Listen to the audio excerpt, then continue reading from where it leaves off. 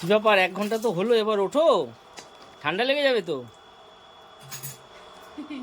দেখো কাজটা দেখো, গামলার উপরে বসে নিয়ে 1 ঘন্টা ধরে স্নান চলছে। গরম লাগছে তো কি করব। তারপর আবার মোটর থেকে ডাইরেক্ট জল উঠছে, কি ঠান্ডা জলটা এত ভালো লাগে। আমার এখন 1 ঘন্টা সময় লাগবে। দেখেছো, মোটর চালিয়ে দিয়েছে, মোটর চালিয়ে দিয়ে ডাইরেক্ট জলে স্নান করে যাচ্ছে। প্রায় 1 ঘন্টা হয়ে গেল। এরপরে ঠান্ডা, কাশি, জ্বর সব শুরু হবে।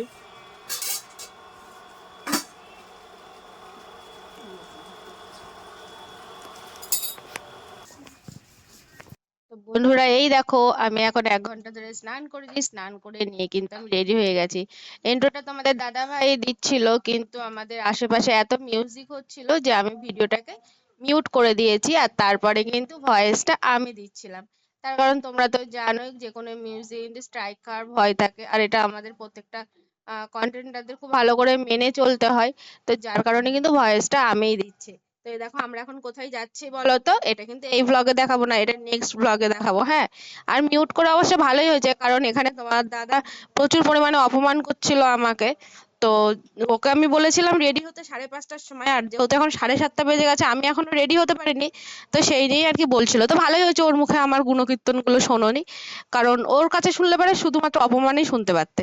এই দেখো আমার বিউটি বক্স গুলোতে এই যে সাজের জিনিস, কি সাজবো কি সাজবো বুঝতে পারছিলাম না, তো তারপরে দুটো বক্সই বের করে নিয়েছিলাম যে এর মধ্যে কি পরবো বলে।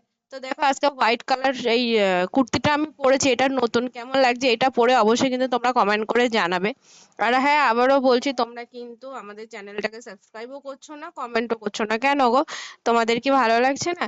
যদি তোমরা কমেন্ট না করো, আমরা কি করে বুঝবো বলো তো যে আমাদের ভিডিওগুলো কেমন হচ্ছে?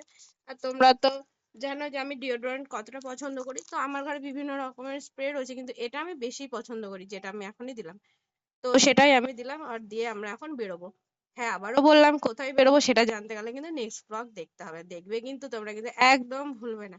তো চলো বন্ধুরা, তোমাদেরকে বাই বাই বলে আমরা এখন বেরিয়ে পড়ি টুকটুক করে। আর কোথায় যাচ্ছি সেটাকেও তো মেনশন করতে হবে, ক্যাপচার করতে হবে, কত কিছু করতে হবে বলো তো। তোমরা তো জানোই একটা ভিডিও করতে গেলে কত কিছু আমাদের মেনটেন করতে হয়। তো যাই হোক, ভয়েসটা তোমাদের দাদা আর দিতে পারলো না।